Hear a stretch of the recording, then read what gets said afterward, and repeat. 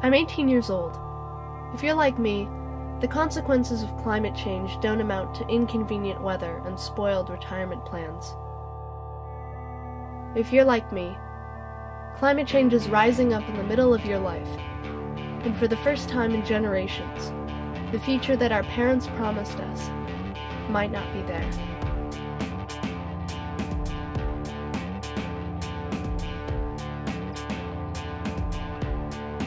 Currently, the world's leaders get together once a year to talk about climate change.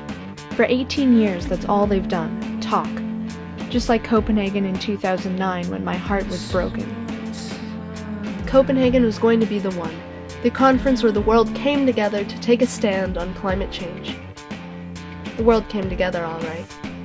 But the only stand taken was by young people hoping to make a difference, young people locked out, rounded up, hosed down, and told in no uncertain terms, you have no voice here.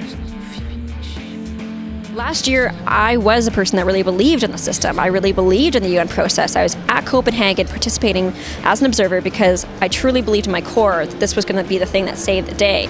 There's some people who aren't here this year because Copenhagen was so hard on them. Because the process failed so powerfully in Copenhagen, a lot of this Cancun meeting feels like, baby steps to try to rebuild some of the trust that was completely broken. From the start, I knew it would be a different vibe here than Copenhagen. There would be no media-worthy 100,000-person march, no fiery explosions of passion in the streets. COP16 organizers would ensure that civil society was a lengthy bus ride away, leaving young people to craft their sustainable message in a warehouse, while actual negotiations took place in a 5-star resort. Most of these delegates have probably never left this compound, and if they have, it's their bus takes them straight to the hotel zone, which is fantasy land, and then they come back here, which is paradise. It's very much about just making your presence known, getting that photo, and having a good time in Cancun, drinking Mai Tais on the beach. People seem to be almost on holiday here. I really think that this COP16 is not working so well because it's the 16th time. I think it could work, but right now it's not working because the nations and the countries and the negotiators aren't listening to each other. We can't just keep doing this year after year. Something has to happen and something concrete has to be laying down so we can actually look towards a sustainable future. As they are busy negotiating, they're not realizing that the sea levels are getting higher and higher. They know exactly what problems we have. They know all the solutions to the problems we have. We just can't understand why there's so little action. They had come from all over the world, from all backgrounds. From school kids to medical students, artists and filmmakers, young people like me had come with the shared vision of a better world, doing anything and everything they could think of to get their message out, to bridge the gap between themselves and negotiators, who might as well have been on the moon. A lot of my friends are medical students, and they want to be a doctor because they want to help the world. They want to help people. They want to, cure people that are sick. And climate change is going to have a massive effect on that. More people are going to get sick through changes in malaria distribution and crop failures, floods, droughts, things like this. I'm from northern Alberta. I was born in the Peace River region, where one of the tar sands regions are. It's hard to do the work sometimes when you look around and you see that the water is being contaminated, people are being affected by the air quality emissions, people are being impacted negatively through the destruction of the boreal, and that people's rights are being violated.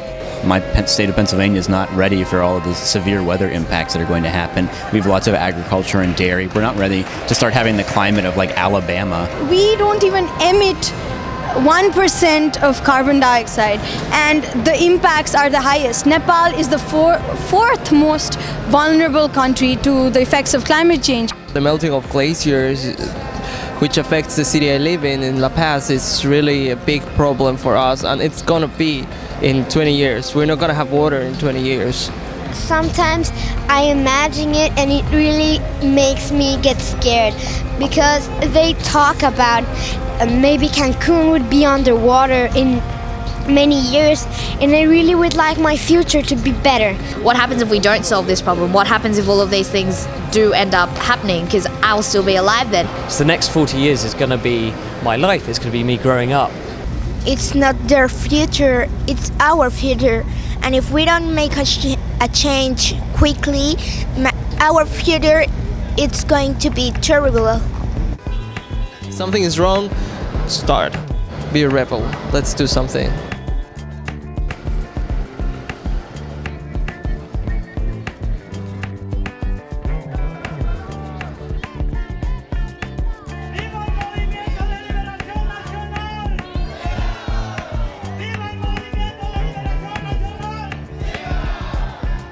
Let's look towards history. Whenever the biggest changes happen, it's been social movement, social mobilization that has brought that change, that has made the top-down world leaders respond and make the change that's needed.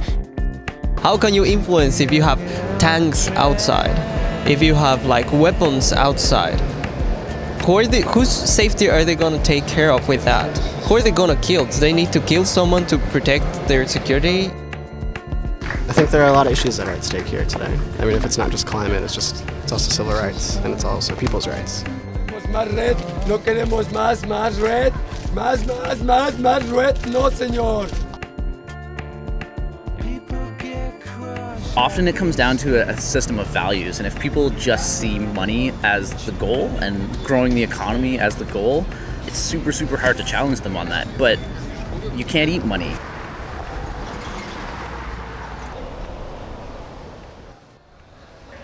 What you're seeing here is youth who've come from all around the world, and we're engaged on the last day here of COP16 on a creative action.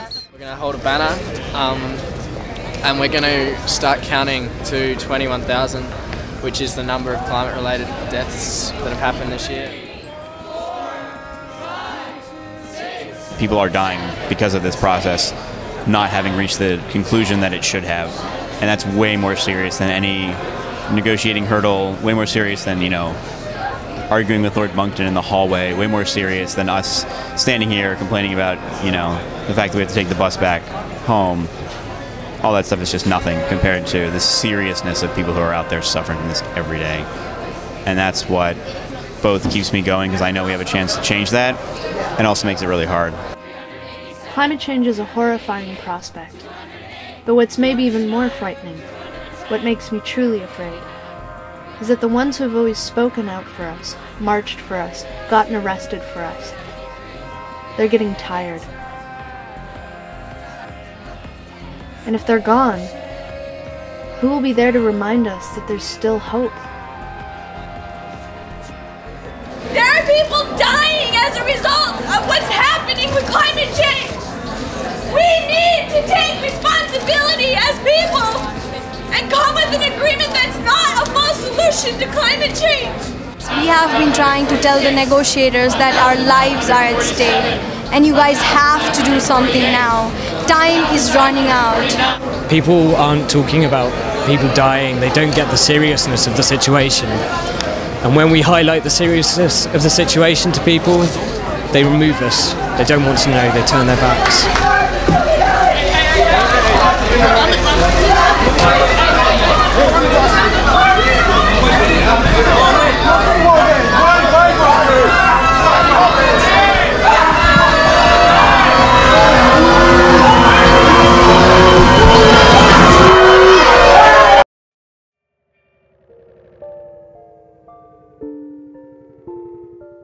Growing up as a little girl, I saw a world that was really, really beautiful. And I was really in love with it. And I saw the good in people. When you go to these conferences and meet people from all over the world, you really see that we're all the same. We're all very, very similar, and that we all want the same things. By having personal relationships with someone that seems to be so far away from you, you really develop the sense of empathy, which is something we all believe very crucial in solving a global crisis. Because if you don't know a person, if you've never met a person and you never know that he's suffering, there's no real propelling feelings for you to save him. I care about the future of my family, I care about the future of my country. I care that my actions and that our actions, my community's actions will impact people around the world in ways that may end up destroying their homes. I mean, I would want my children to see how beautiful this place is. I love this place. I love, the mountains in my country. I love the rivers. I love my earth. If we open our minds but our hearts as well, I think we will be able to understand each other and somehow change things the way they're going. Treat others as you wish to be treated. And if the answer is no, then you wouldn't do it, And it's recognizing that the people in your country are just one part of, a country. There it is, that I slipped back into it, The people are of this world, and that there's got to be some way to address all the people's needs of this world. The benefits that come from fighting climate change aren't just about climate change. They're also about cleaner air and water, better jobs, more innovation. And these are all good reasons to act on something regardless. We all want those things. Even if climate change didn't exist, we would want them. I think it's a world where we value people and natural resources more than profits. Where the islands are still around, where our forests are valued and protected, where our ocean is not going to be fished till every species is extinct. That's the world I see. A nice place to live. We can have a future where we're all a whole lot healthier and happier if we work to tackle climate change. So why wouldn't you try and make those structural changes? I went to Cancun with no hope and a lot of anger. But I've learned that in order for us to truly combat climate change, for us to truly become the just, sustainable, and caring world we dream of, there's only one road before us. And as corny as it sounds, that road is love.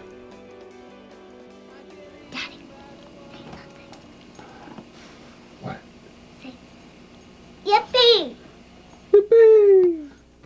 Oh, yeah! This is the We're not gonna... Don't we want to be in the movies? This is the movie.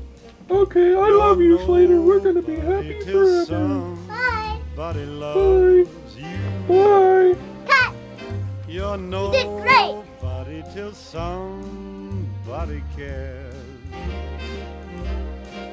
You may be king, you may possess the world and its gold, but gold won't bring you happiness when you're growing old. The world still is the same, you never change it. As sure as the stars shine above, you're nobody till somebody loves you. So find yourself somebody to love.